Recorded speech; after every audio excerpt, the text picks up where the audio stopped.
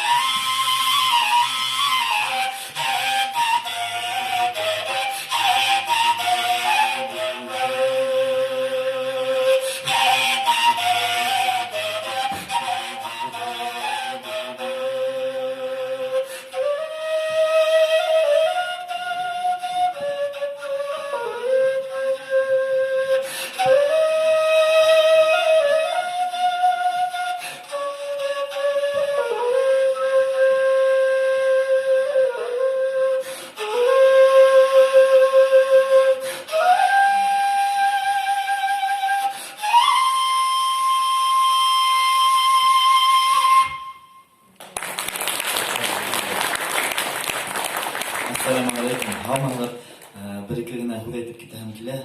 Мен бақытлымын Зайнулла Расулов ишан хадратыбыз мақшақыстары болғанна Башқұртстан яңынан Башқұртстанында яшай алганыбызга мисалга ул ошондай зор шәхестәр менән бәйле, уның мөриттәре менән бәйле. Шуңа нимә әйтеп үтәм килә? Һәрбер кеше дә бу дөньяда бәхетле, һау, сәламәт яшәгәһе килә, әлбәттә.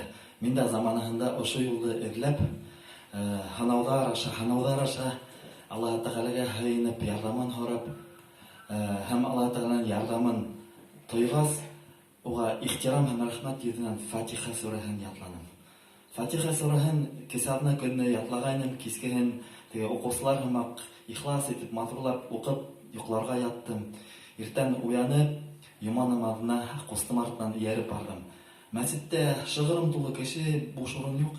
Куста әле кайдалар 5 метр алдан китеп бара ине, стена артына инеп, кайдалар инеп утырган, кустымны эзләйм, таба алмайм, киттем зал уйлап, эзләп буш урын.